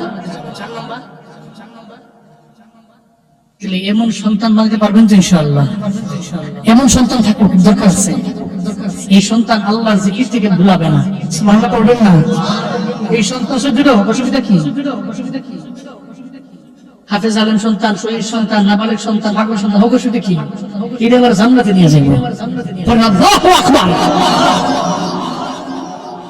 তাহলে সন্তান আমার সম্পদ, আল্লাহর শরণ থেকে যাতে দূরে না সরায়। আমাদের তো মিশন একটাই, জান্নাতের পথ। কোন মিশন? জান্নাতের পথ। যদি আল্লাহ পাক রব্বুল আলামিন আমাকে দূরে সরিয়ে না দেয়, আমি যাতে জান্নাতের পথের প্রতীক হয়ে যেতে পারি, আল্লাহ তৌফিক দান করেন। সকলে এখন আমিন। এবার আসেন আল্লাহর জিকির থেকে সরে যান, গুনাহ যে করেন, গান বাজনা না শুনে ঘুমান না, নাটক 3-4টা না দিলে ঘুমায় না, ছবি সিনেমা দেখতে দেখতে অন্যায় করতে করতে আপনার চোখের গুনাহ, হাতের গুনাহ, পায়ের গুনাহ করতে করতে পাগলের মতো হয়ে যাচ্ছেন। আল্লাহর জিকির থেকে দূরে সরে যাচ্ছেন। আপনার হাতের কামাই হিসাবেই তো মাঝে মাঝে ঘুমিয়ে যাওয়ার ঠিক কিনা? আপনারা কি মনে করছেন আমগো গুনাহ নাই? আছে না? চিন্তা করেন কত গুনাহ করছে জীবনে। গুনার মাত্রা বাড়ছে দেখেই তো আল্লাহ বারবার ভূমিকম্প দেয়, বারবার দেয়। গুনাহ বেড়ে গেছে। কিয়ামতের আগে জানা গেছে যে তিরমিজি শরীফের 2210 নম্বর হাদিসটা নবী জানা গেছে, কিয়ামতের আগে আমার উম্মতেরা 15টা খাসলা তাদের ভিতরে থাকবে। কয়টা? যেগুলো আলামতে সুগরা, এগুলো কিয়ামতের আগের ছোট্ট ছোট্ট আলামত। কয়টা? 15টা। বড় বড় আলামত একটা প্রকাশ হয় নাই, কিন্তু ছোট্ট ছোট্ট আলামত এগুলো সব প্রকাশ আছে বর্তমান সমাজে। আমি বলি দেখেন বুঝবেন। 1 নাম্বার, ইদা কানাল বাগনামু দুআলা, এক নাম্বার গনিমতের মাল নিজের মাল মনে করে, সম্পদটা রাষ্ট্রীয় মনে করবে নিজের। রাস্তার জন্য বাজেট হয়েছে 100 কোটি টাকা, এবারে 50 কোটি মেরে দিছে না, এবারে মনে করছে এবারে বাপ দাদার টাকা। কথা কোন ঠিক কিনা বলেন? দুর্নীতি করতে করতে করতে করতে এবারে ফারুনা জামান একটা রাস্তার মাটি দিবে রাখে যায়। হ্যাঁ, গনিমতের মাল রাষ্ট্রীয় সম্পদ নিজের সম্পদ মনে করে ভক্ষণ করবে কিয়ামতের আগে। এক নাম্বার আলামাতুস সাবর। দুই নাম্বার ওয়াল আমানাতু মাগনামুন, আমানতের টাকা উনি মনে করবে নিজের টাকা। আমানতের টাকা কি মনে করবে? নিজের টাকা। এজন্য তো মানুষ এখন মানুষকে বিশ্বাস করে না, মানুষকে বিশ্বাস করে না যে তুমি আমার টাকা মেরে দাও, তোমার বিশ্বাস করা যাবেই না। আমানাতুল মাগনামা। এরপরে 3 নাম্বার ওয়াজ যাকাতুল মাগনামা, যাকাতকে জরিমানা মনে করে। যাকাত কি মনে করবে? যাকাত কি জরিমানা? যাকাত দিলে কি সম্পদ বাড়ে না কমে? বলে না বাড়ে না কমে? তুমি সুদের টাকায় আশাতে করো, ঘুষও ছাড়ো না, বিন্দু কিনা খেয়ে মরে খবর রাখো না, তুমি ঘুষ খেয়ে বিচার করো সাজিয়া প্রধান, তুমি কেমন মুসলমান, তুমি কেমন মুসলমান, কেমন মুসলমান, তুমি কেমন মুসলমান। নামাজের সাথে নাই পরিচয়, মানো না কোরআন, নামাজের সাথে নাই পরিচয়, মানো না কোরআন, তুমি কেমন মুসলমান, তুমি কেমন মুসলমান, কেমন মুসলমান, তুমি কেমন মুসলমান। তুমি রমজান এলে রাখো না রোজা, দিন কি করো আঘাত, পয়সা করির নেই তো অভাব, দাও না তো যাকাত। তুমি ইমানদারির বড়াই করো, নেই তোমার ইমান, ইমানদারির বড়াই করো, নেই তোমার ইমান, তুমি কেমন মুসলমান, তুমি কেমন মুসলমান, কেমন মুসলমান, তুমি কেমন মুসলমান। নামাজের সাথে নাই পরিচয়, মানো না কোরআন, নামাজের সাথে নাই পরিচয়, মানো না কোরআন, তুমি কেমন মুসলমান, তুমি কেমন মুসলমান, কেমন মুসলমান, তুমি কেমন মুসলমান। ঠিক কিনা? আগে মানুষগুলো যাকাতকে মনে করবে জরিমানা। লুঙ্গি একটা দিছে, এমন লুঙ্গি, এমন গরিব বেটা কয় তোমার লুঙ্গি চাইতে আমার ঘোড়াটি বহুত গুণে ভালো। একবার করে দোয়ান দিছে, শেষ একবারে মনে হয় টান দিয়েছিল। এরকম জাকাত দেয় কি দেয় না? তো এত মনে করতেছে জরিমানা না। আপনার যাকাত তো আপনার পরিচয়, ইসলামের পরিচয়, ঈমানের পরিচয়। আপনি যে মুসলমান, যাকাত আপনার পরিচয়। بني الإسلام على 5: شهادة أن لا إله إلا الله وأن محمد رسول الله وإقام الصلاة وإيتاء الزكاة والحج وصوم رمضان। মদিনার নবী জানা দেয় ইসলামটা দাঁড়ায় আছে 5টা স্তম্ভের উপরে। চিল্লায় বলেন কয়টা? 1 নম্বরে কালেমা, 2 নম্বরে নামাজ, 3 নম্বরে হজ, 4 নম্বরে যাকাত, 5 নম্বরে রোজা। এই আল্লাহর নবী জানা দেয় তুমি মুসলমান, পরিচয় হলো তোমার 5টা স্তম্ভ তুমি ঠিক রাখো, 5টা পিলার তুমি ঠিক রেখে নাও।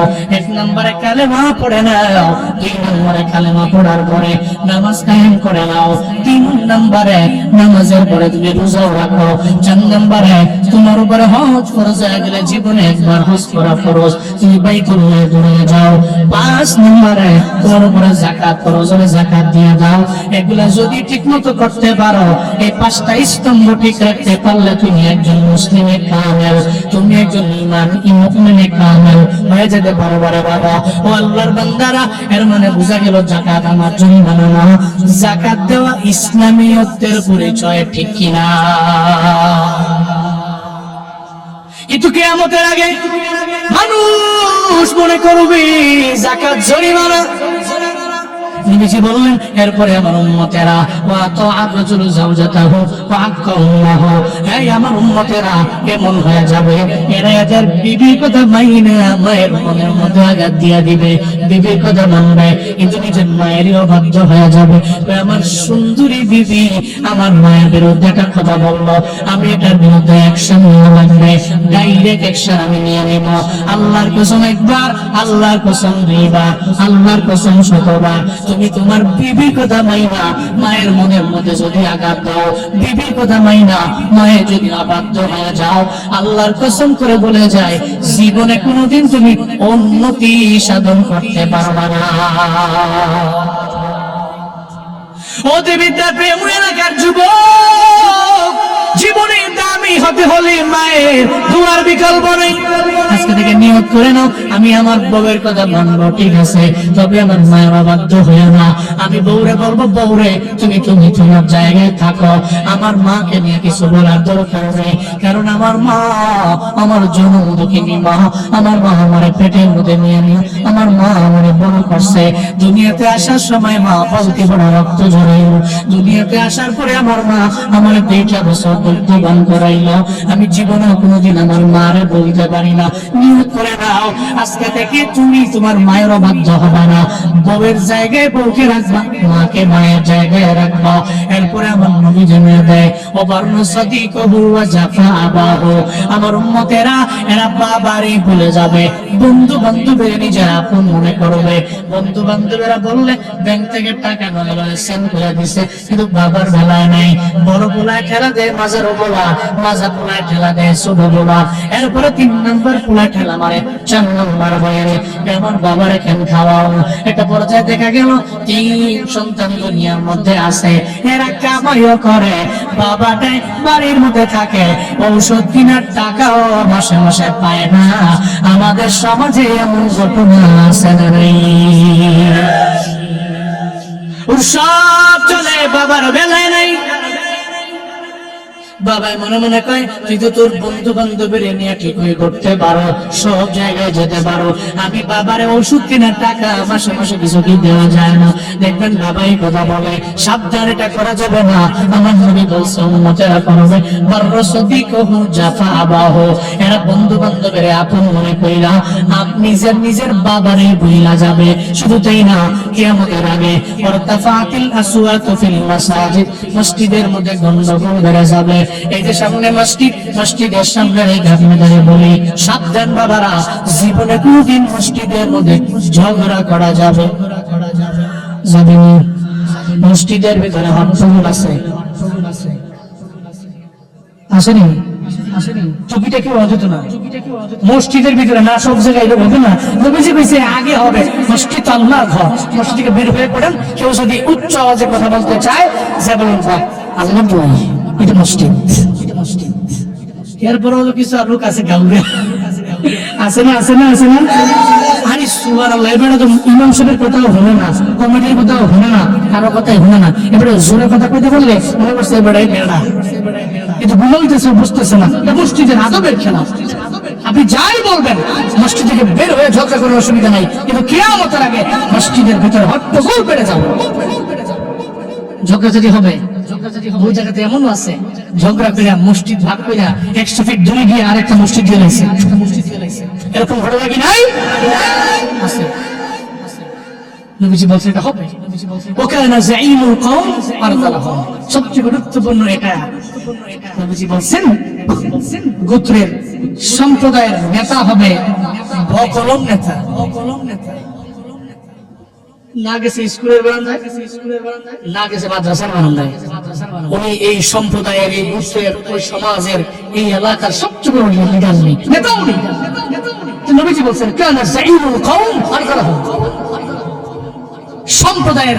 সম্প্রদায়ের লিড দিবে বকলম নেতা। এরপরে উকরিমার রজুল নখলাফাতে শাররি, ব্যক্তিকে সম্মান করা হবে, ব্যক্তিকে সম্মান করা হবে, ব্যক্তিকে সম্মান করা হবে, সে ক্ষতি করে ফেলবে এই চিন্তা নিয়ে, এই ভয়ে। যদি এই ব্যক্তিটারে সম্মান না করি এই ব্যক্তির সম্মান না করলে আমরা মাহফিল বন্ধ হয়ে যাবো না, মসজিদে তালা পড়ে যাবো, এই চিন্তা নিয়ে সম্মান করে, মন থেকে সম্মান করে না। এক এলাকার মধ্যে বড় মাহফিল ছিল, হক্কানি আলেমের মাহফিল। এলাকার নাম কি হক্কানি আলেমের মাহফিল, বড় ওয়াজ মাহফিল। এমপি সাহেবের নামটা উফরে না দিয়া দিছে, কেন দিছে? এই মাহফিল বন্ধ হয়ে গেছে। এরকম কত 16 বছর হয় নাই? সাবাস পাও না মিয়া। তোমার হুজুর কি আমার এমপি কে বড় নাকি? আপনার এমপি অনেক বড়, আমি মানি, ঠিক আছে, অনেক বড়। এই ওয়াজ মাহফিলে যিনি বয়ান করবে এর চাইতে বড় সেকেন্ড কেউ নেই। কথা কোন ঠিক কি না বলেন? উনি বড়, ওনার নাম উপরে থাকবে। আপনার এমপি সাহেবের নাম দিছে না? দিছে, নিচে দিছে, কি হয়েছে? কিন্তু না, বন্ধ করে দিছে। ও বন্ধ করছে, ইতিহাস আছে। একজন টান দিয়ে সেরানি চেপে পোস্টার রাত 12টা বাজে যে রাত 12টা বাজে ছিল, পরে সিসি ক্যামেরা ধরা হয়ে গেছে। যাই হোক, আপনি গণ্যমান্য ব্যক্তি, আপনি পোস্টারটা ছিলেন, অ্যাকশন যাবে বলেন। বেটা ডরে মাস্টার্স নিয়ে পড়ে, মাস্টার্স নিয়ে বুঝলেই গেছে গা যে বড় নেতার সামনে 5টা গুনাম তো সামনে বয়ে রয়েছে। জি কাজটা কইরা দিছে, কি করছো? পোস্টারটা সিসি কিতে দিছো? বড় হুজুরের নামটা উপরে, আর আমরা আমার নেতা আমাদের নামটা হুজুর করেছে, এটা মানতাম পারছেন। ঠিক আছে, যাও রহমান জায়গা মতো লেগে গেছে, যাও গা। থানায় ফোন দিয়ে কয়ে দিছে এই মাহফিল জীবনে কোনোদিন হতে পারবে না, বন্ধ হয়ে গেছে। 3-4 বছর এই বড় মাহফিল বন্ধ ছিল। কেন? এই নামটা আমার নিচে কেন? এরপরের থেকে যত কমিটি আছে এরা মনে মনে চিন্তা করছে কোনোদিন জীবনে এবার আমি নিষেধ দেওয়া যাবে না, উফরে দেওয়া লাগবে। যদি উপরে দেয় মাহফিল হবে, নিষেধ বন্ধ হয়ে যাবে। যে সম্মান করছে ব্যক্তিকে সম্মান করা হয়েছে, ব্যক্তিকে সম্মান করা হয়েছে, সে ক্ষতি করে ফেলবে এই চিন্তা না। উনি বলছেন আচরের ময়দান কায়েম হওয়ার আগে সমাজ এটা চলবে। শুধু তাই না, উম্মতেরা গান বাজনা, বাদ্যযন্ত্র এবং গায়িকা নায়িকাদেরকে গ্রহণ করে নেবে। মনে রাখবেন, এই ভূমিকম্প হওয়ার পেছনে কারণ আছে। সবচেয়ে বড় কারণ হলো গায়ক গায়িকা, নায়ক নায়িকা, বাদ্যযন্ত্রের গান বেড়ে গেছে, এই কারণে ভূমিকম্প হচ্ছে। নবীজি বলছে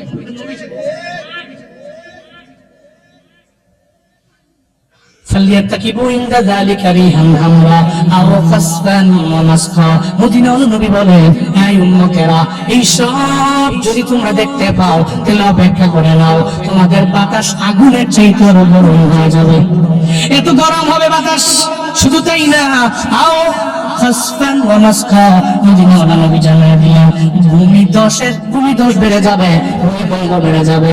এই জন্যই তো 24 ঘন্টার মধ্যে হয়েছে 3 বার। জোরে বলেন কয়বার? 3 বার হয়ে গেছে। ও যুবক, ও প্রেম এলাকার মুসলমানেরা, আজকে থেকে নিয়ত করে নিন বাবা, আমার আপনার সব হাতের কামাইগুলা, যহরাল ফাসাদু ফিল বাররি ওয়াল বাহর বিমা কাসাবাত আইদিন নাস, যা হয় জলে এবং স্থলে সব হলো আমাদের হাতের কামাই, মানুষের হাতের কামাই। আজকে থেকে নিয়ত করে নিন, আপনি জীবনে চলার পথে অন্যায় করবেন না, নিজের এমন বড় মনে করবেন না আপনার পাওয়ার অনেক বেশি। সাবধান বাবারা, আপনার সম্পদ যাতে করে আল্লাহর জিকির থেকে আপনার দূরে না সরায়, আপনার সম্পদ সন্তানেরা যাতে করে আপনার আল্লাহর জিকির থেকে আপনারা দূরে সরায় না দেয়। আজকে থেকে নিয়ত করেন, কারা কারা পারবেন 2টা হাত তুলে আমার আল্লাহ দেখেন বাবা। ও আল্লাহ, আপনি তাকে দেখেন, এই গভীর রাতের বেলা আপনার বান্দারা বসে বসে কোরআন শুনলো, আল্লাহ হাত বাড়ায় দিল। ও আল্লাহ, আপনি আমাদের প্রত্যেককে সম্পদ পাইয়া যাতে করে আমরা আল্লাহরে ভুলে না যাই, মানে আপনারে আমরা ভুলে না যাই, এমন তৌফিক দান করেন, এমন ঈমানওয়ালা আমাদের বানিয়ে দেন আল্লাহ। আল্লাহ, সম্পদ সন্তান পাইয়াও এরপরে এটাকে যাতে মানুষের মতো মানুষ বানাইতে পারি, আপনার দিকে অগ্রগামী হতে পারি, আপনার জিকির আমরা বেশি বেশি করতে পারি। ও আল্লাহ, তৌফিক দান করেন।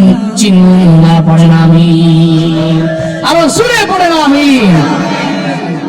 حبيب ربنا وطبيبنا وطبيب قلوبنا ومولانا محمدا عبده ورسوله صلى الله تعالى عليه وعلى آله وأصحابه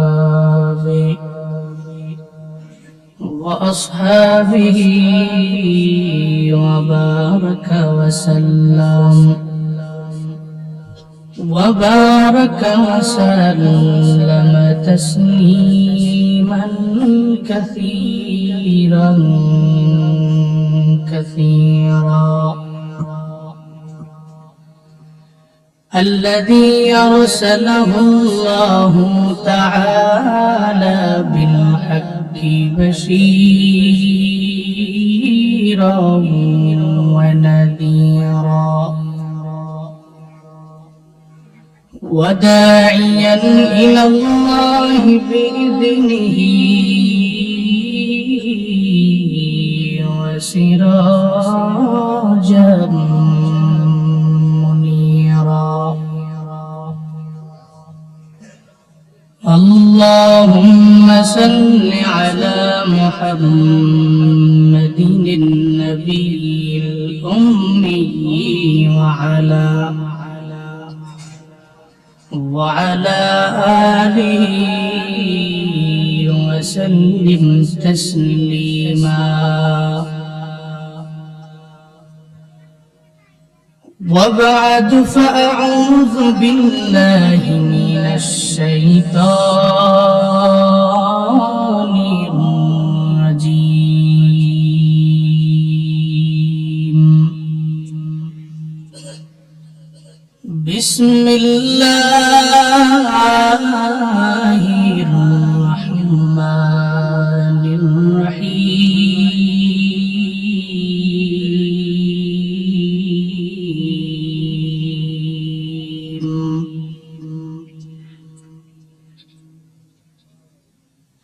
يا أيها الذين آمنوا لا تلهكم أموالكم ولا أولادكم عن ذكر الله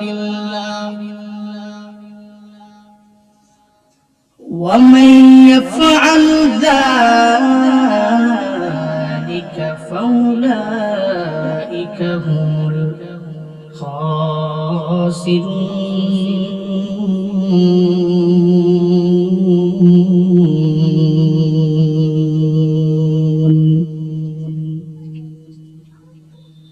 وقال النبي صلى الله عليه وآله وسلم إذا فعلت أمتي 15 خصلة حل بها البلاء فقيل وما هن يا رسول الله قال إذا كان المغنم دولا والأمانة مغنما والزكاة مغرما وأطاع الرجل زوجته وعق أمه وبر صديقه وجفى أباه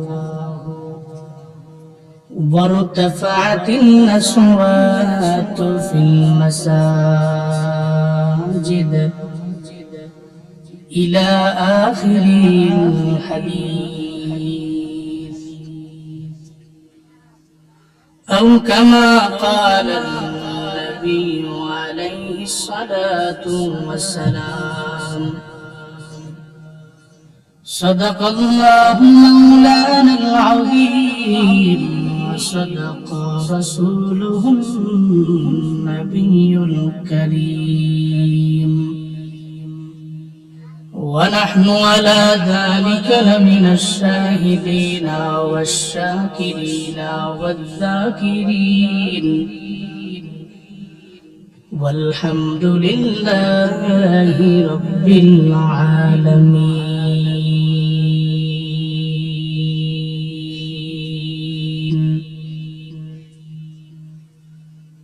سبحانك لا علم لنا إلا ما علمتنا إنك أنت العليم الحكيم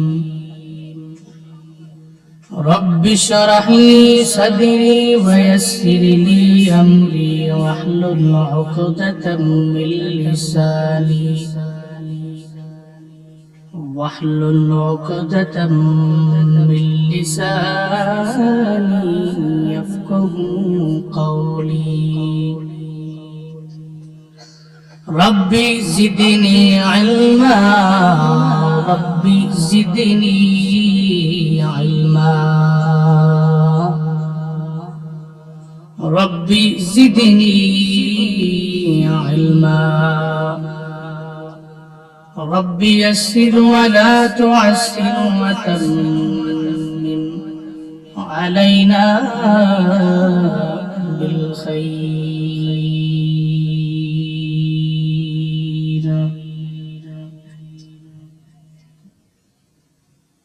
دنیا کی صداقت میں تیرا نام رہے گا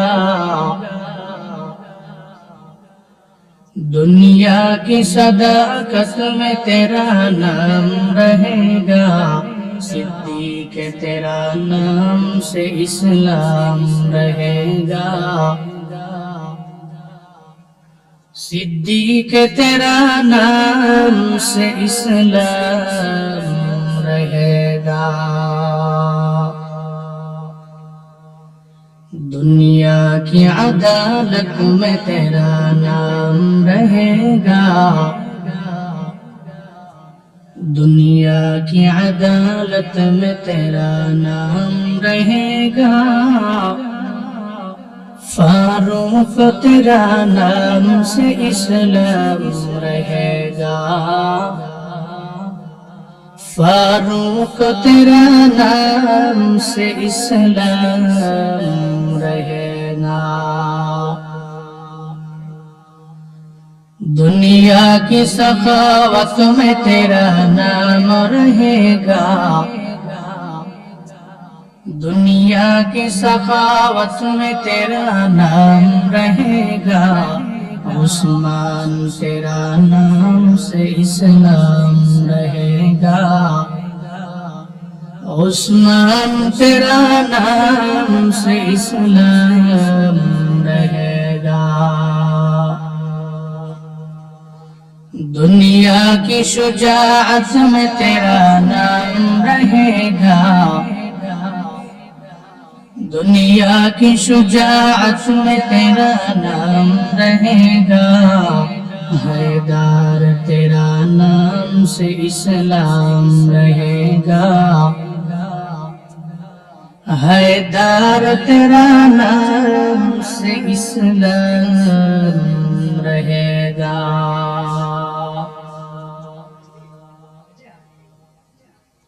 প্রেম ও দক্ষিণ পাড়া চন্দ্রাইল মসজিদের প্রভা জামে মসজিদের উদ্যোগে আয়োজিত 37তম বার্ষিক ওয়াজুদ ওয়ার মাহফিলের আজ 22 নভেম্বর 2025 মুতাবাররকি মজলিসের সম্মানিত সভাপতি সাবেক ইমাম ও খতিব জামে মসজিদের আলহাজ হযরত মাওলানা সিরাজুল হক সাহিব দামাত বরকাতুহুম আজকের মাহফিলের সম্মানিত প্রধান অতিথি আলহাজ মোহাম্মদ নুরুল ইসলাম চেয়ারম্যান সাহিব 15 নং বরকামতা ইউনিয়ন পরিষদ আজকের মাহফিলে আমার আগে আপনাদের সামনে কোরআন এবং হাদিস থেকে দিক নির্দেশনামূলক বাণী আপনাদেরকে শুনিয়েছেন মাদ্রাসায়ে আশরাফুল উলুম কাশপুর ঢাকায় সম্মানিত মুহতামিম মাওলানা মুফতি মুহাম্মদুল্লাহ নাঈম সাহিব দামাত বরকাতুহুম আজকের মাহফিলে কথা বলেছেন বিশিষ্ট ইসলামী চিন্তাবিদ সুরলিত কণ্ঠের অধিকারী কারি সাইফুল ইসলাম সিদ্দিক সাহিব দামাত বরকাতুহুম কুমিল্লা কথা বলেছেন হযরত মাওলানা হাফিজ মুহাম্মদ নাঈমুর রহমান আশরাফি হাফিজাহুল্লাহ তাআলা ওয়া রাহা হযরত মাওলানা শাহাদাত হুসাইন আল কাসিম আজকের মাহফিলের ব্যাকগ্রাউন্ডে অক্লান্ত পরিশ্রম রয়েছে মসজিদের মাহফিল ইমাম সাহেবের তো একটু পরিশ্রম থাকবেই এবং অনেক শ্রম দেওয়া আজকে মাহফিলে আয়োজন ওয়াইজ হাফেজ ডাক্তার মিজানুর রহমান সাহিব সহ আরো অনেকেই আজকের এই মাহফিলে বয়ান করেছেন বাদাল আসর থেকে নিয়ে পর্যন্ত দ্বীনি আলোচনা শোনার লক্ষ্যে আপনারা বসে আছেন।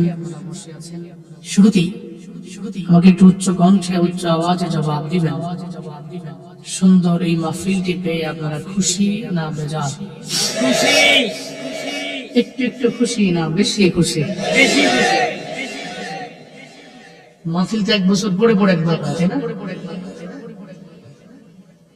বাৎসরিক এই মাহফিল গুলো আমাদের সমাজে সোসাইটিতে সংস্কৃতির মতো মিশে আছে। প্রতি বছর বাৎসরিক মাহফিল দেয়। দেখেন আজকে প্রত্যেকটা ঘরের মধ্যে খাবার ভালো, ঠিক কিনা? প্রত্যেকটা ঘরে মেহমান আছে। একটা মাহফিল যাবো ব্যয়টা দেওয়া দিতে লাগবো নাকি?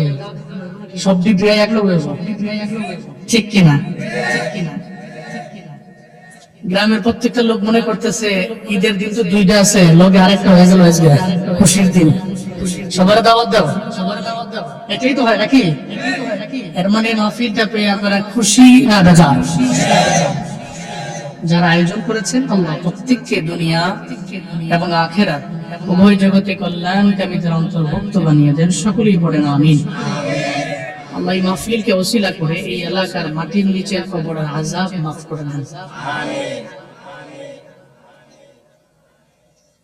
এই যে মাহফিলে আসলেন, কিছু দ্বীনি আলোচনা শুনবেন। আমাদের প্রত্যেককে আসার মতো, বসার মতো, কিছু বলার এবং শোনার মতো তৌফিক কে দিয়েছেন আল্লাহ। ছাড়া এই পৃথিবীতে সেকেন্ড কে আছে যে আমাদের তৌফিক দিতে পারে? আছে? এই যে বসে আছেন, আপনি কি মনে করছেন আপনার পাওয়ারে বসে আছেন? হসপিটালের বেডে শায়িত বহু পেশেন্ট আছে, সবাই মিল্লা ধইরা একটু বসায়, উনি সর্বোচ্চ হাফ মিনিট বসার পরে কয় আমার শুয়ে দাও, আমার মাজাটা মনে হয় ভেঙে গেছে, এমন লাগতেছে। এর মানে আল্লাহ কইছে তুই আর বসতে পারবি না, শুয়ে পড়, শেষ। আল্লাহ যদি কয় স্টপ, পৃথিবীর কোন শক্তি ধরে ক্ষমতা কি আছে যেটা কি স্টার্ট করতে পারে? এই জন্য সর্বময় ক্ষমতার মালিক যিনি, তিনিই তো আমাদেরকে এই মাহফিলে আসার, এই যে আমি কথা বলতেছি, আমার প্রত্যেকটা কথা বলার মতো যোগ্যতাকে দিচ্ছেন। আল্লাহ মাহন বয়ান, তিনি তো বয়ান শিক্ষা দিয়েছেন। তিনি রব, তিনি রহমান। পড়েন আলহামদুলিল্লাহ। সাউন্ডটা মজা হয় নাই? আপনারা মনে রাগ হইছেন, রাগ করতেছেন, কষ্ট পেতেছেন নাকি? এটা কোন থানা জানি? দেবিদ্দার টাঙ্গবাড়ি হোক, আমনগরের কাছে, আন্দিটার কাছে না দেবিদ্দার কাছে? আমি বুঝি তো, আমনগর তো শান্তিনাটা বেশি কাছে। কথা কোন ঠিক কিনা, কোন ঠিক কিনা কোন? আমরা তো রাগ হইলে হইতো না, রাগ হইলে আমি রাগ হইতাম না। পড়েন আলহামদুলিল্লাহ। আমার সাথে পড়ুন রব্বানা লাকাল হামদ হামদান কাসীরান তাইয়িবান মুবারাকান ফি ইয়া রাব্বি লাকাল হামদু কামা ইয়ানবাগি লিজালালি ওয়াজহিকা ওয়া আযীমি সুলতানিক লাকাল হামদু বিল কুরআন লাকাল হামদু বিল ইসলাম লাকাল হামদু বিল ঈমান। প্রশংসা করলাম কার? রবের প্রশংসায় লাভ না লস? কিন্তু লাভটা কয় বছরে? নেতার পিছে ঘুরলে লাভ কয় বছরে? কয় বছর? 1 ঘন্টা নেই, এই শেষ, এরপর নাই, শেষ। কিন্তু রবের গুণগান গাইলে লাভটা দুনিয়াতেও আমার দেশের মানুষ মানুষের গুণগান যে পরিমাণ গায়, যার নেতৃত্বকে সে পছন্দ করে, ওই নেতৃত্ব দেনেওয়ালা লিডারের যে পরিমাণ গুণকীর্তন করে, এমন গুণকীর্তন যদি আল্লাহ করতো তো প্রত্যেকটা ব্যক্তি আল্লাহ ওলি হয়ে যেত। এমন ভাবে কয় পারে না যাবে, এবার রাজকাল উঠে নিছে, এবার মনে মনে কয় তোরা যে কস আমি তো বুঝি গেলে জানি আমি ক্ষমতা এলে একটু আমার বুঝো না নেতা আমার ফেসলামি করো নাকি এই খালি এই কথাটা কোন লেগে যে তোরা ফার্ম দেওয়া নেতাও বুঝে ঠিক কিনা। এরপরে নেতা যেদিন ক্ষমতা শেষ ওদিন আমরাও শেষ। কিন্তু রবের গুণ কীর্তন করলে রবের কি নেতৃত্ব শেষ হবে নাকি? দুনিয়াতে যেমন রব আখিরাতেও তো আহকামুল হাকিমিন, সুবহানাল্লাহ। এজন্য ওনার গুণ কীর্তন করলে লাভটা উভয় জগতে, এক নম্বরে দুনিয়াতে, দুই নম্বরে আখিরাতে, দুই জগতে। আল্লাহ মৃত্যু পর্যন্ত ওনার গুণ কীর্তন করার তৌফিক দান করেন। যাইবের কি আসতেন যায় নাকি? হ্যালো, এই যে জাম্পার গাঁও দিয়ে লিখেছি না বইতাছে? আচ্ছা যায় না, উঠন যাইতো না, বসেন। দোকান টোকান খুলছি না, বাহি দেন দোকান চলবো, ওখানে খুলছে না, বাহি দেন দোকানদারা ফিটাও দিব, ফাইজলামি করো, ওখানে খুলছি না, বাহি দিত, দোকান চলবো কেন? ওয়াজনা শুরু হয়েছে না কইলাম, উড়ন যেত না। জোরে কোন মারহাবা, বলেন সুবহানাল্লাহ, কোন আলহামদুলিল্লাহ, আরো জোরে আল্লাহু আকবার। আমি একটু অসুস্থ আছি, নিয়ামত কার? দুই তিন দিন একটু আনশিডিউল হয়েছে আর কি। গতকালকে আগের দিন প্রোগ্রাম ছিল ঝিনাইদহ, পরে করে গেছি ঝিনাইদহ থেকে টেকনাফ, বড় হয়েছে না, 2.5 ঘন্টা ঘুমাইছি, পরে দিয়েছে শ্বাসে, শরীর তো আর লড়ে না, অনেক ব্যথা হয়ে গেছে, গলা টলা সহ পুরা বডিতেই। এমনি তো ঠান্ডা নতুন করে পড়ছে, অনেকেরই কাজ ঠান্ডা হয়ে গেছে, আমরা তো আস্তে আস্তে খাই। অসুস্থ হওয়াটা ন্যাচারাল, স্বাভাবিক। এই জন্য অনেক লম্বা সুরা কথা কোনো বিষয়টা এমন না, আবার একেবারে শর্ট টাইমে সেটা দিব এমন না। খৈরুল উমুরি আওসাতুহা, মধ্যম পন্থায় উত্তম পন্থায় এগিয়ে আল্লাহ কবুল করেন।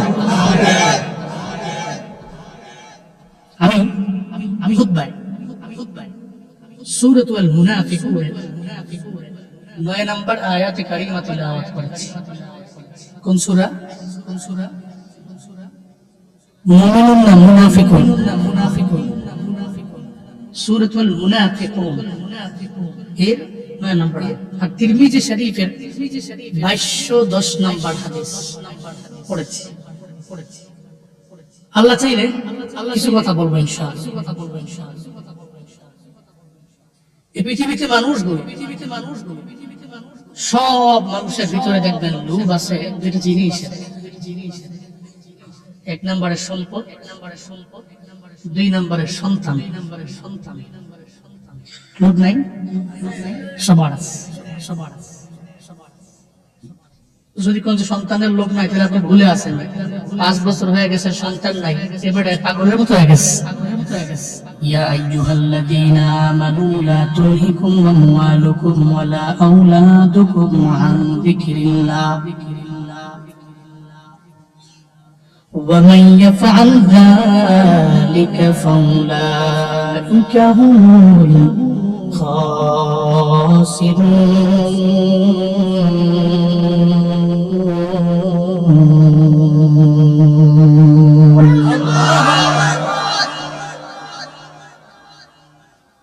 আল্লাহ পাক বলেন, এই ঈমান ওয়ালারা, লা তুলহিকুম আমওয়ালুকুম ওয়ালা আওলাদুকুম আন যিকরিল্লাহ, আমি আল্লাহ তোমাদের মালের মালিক বানাইলাম, সন্তান সন্ততির মালিক আমি আল্লাহ বড় মায়া করে তোমাদের বানাইলাম। তুমি হয়ে গেলা সম্পদের মালিক, তুমি হয়ে গেলা সন্তানের মালিক। তবে আমি আল্লাহ যা দিলাম সব পেয়ে আমি আল্লাহ তুমি বইলে যাও না। তোমার মাল যাতে করে আমি আল্লাহ স্মরণ থেকে তোমারে দূরে না সরাই। তোমার সন্তান বড় মায়া, সন্তান যেন আমি আল্লাহর জিকির থেকে বান্দা তোমার না সরাই। সন্তান পাইছো আল্লাহরে ভুলে যেও না, সম্পদ পাইছো আমার আল্লাহরে ভুলা যাবে। আল্লাহ পাক বলেন সম্পদ দিলাম আমি আল্লাহ, সন্তান দিলাম আমি আল্লাহ। 5 বছর স্বামী স্ত্রীর সন্তান নাই, পাগলের মতো হয়ে গেছে। এমন কোন ডাক্তার নাই যে ডাক্তারের দরবারে দৌড়ায় না, যে বলে ও ডাক্তার আমার ছেলে নাই মেয়ে নাই, প্রেসক্রিপশন দেন, যত ওষুধ লাগবে লিখে দেন, আমার ছেলে লাগবে আমার মেয়ে লাগবে। একটা ছেলের জন্য মেয়ের জন্য মানুষগুলো পাগলের মতো হয়ে যায়। আল্লাহ কয় গোলাম আমি আল্লাহ মায়া করে তোরে সন্তান দিয়া দিলাম, সাবধান সন্তান পাওয়ার পরে আল্লাহর জিকির কোনোভাবেই ভুলা যাবে না। আল্লাহর জিকির কি? মুফাসসিরিনে কেরাম বলেন আল্লাহর জিকির মানে হলো নামাজ। কি? আল্লাহর জিকির মানে নামাজ। মুফাসসিরিনে কেরাম বলেন আল্লাহর জিকির মানে কোরআনের তিলাওয়াত। মুফাসসিরিনে কেরাম জানেন আল্লাহর জিকির কি? আল্লাহর জিকির হলো রোজা, যাকাত। তুমি সম্পদ পাইলা, মাল পাইলা, সন্তান পাইলা, আমি আল্লাহরে ভুলে যেও না, এর মানে তুমি নামাজের কথা ভুলে যেও না। আগে ছিল বান্দাটা বড় গরিব, বড় অসহায়, নিজেও সালাম দিত আর একজনের সালাম দিলে সালাম নিত। হঠাৎ করে কেন জানি বড় লোক হয়ে যাওয়ার পরে নিজেও সালাম দেয় না, আর একজনের সালাম দিলে জবাবও নেয় না। শুধু তাই না, দেখবেন আগে দানও করতো, এখন টাকাওয়ালা হয়ে গেছে আর কিপটামিও বাইরে গেছে। আগে বান্দাটা কোরআনের আমল করতো, এখন সম্পদের মালিক হওয়ার পরে এখন কোরআনের আমলও করে না। এমন ব্যক্তি আছে না নাই? আগে সালাম দিলে নিত, এখন দেয় না। কেন? যদি জানো না আমার ব্যাংকে লেনদেন আমার বেশি, আমার পাওয়ারও বেশি। এখন তো সালামের জবাব দেওয়ার সময় নাই।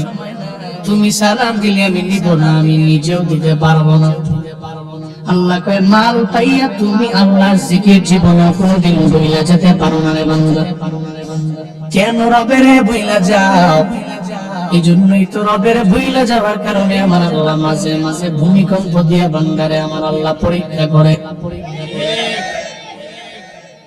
আল্লাহ কয় গোলাম তোর এত ক্ষমতা, তোর এত পাওয়ার, আমি আল্লাহর 10 সেকেন্ডের ভূমিকম্পের কাছে তোর বিন্দু মাত্র পরিমাণ বেল নাই, ঠিক কিনা?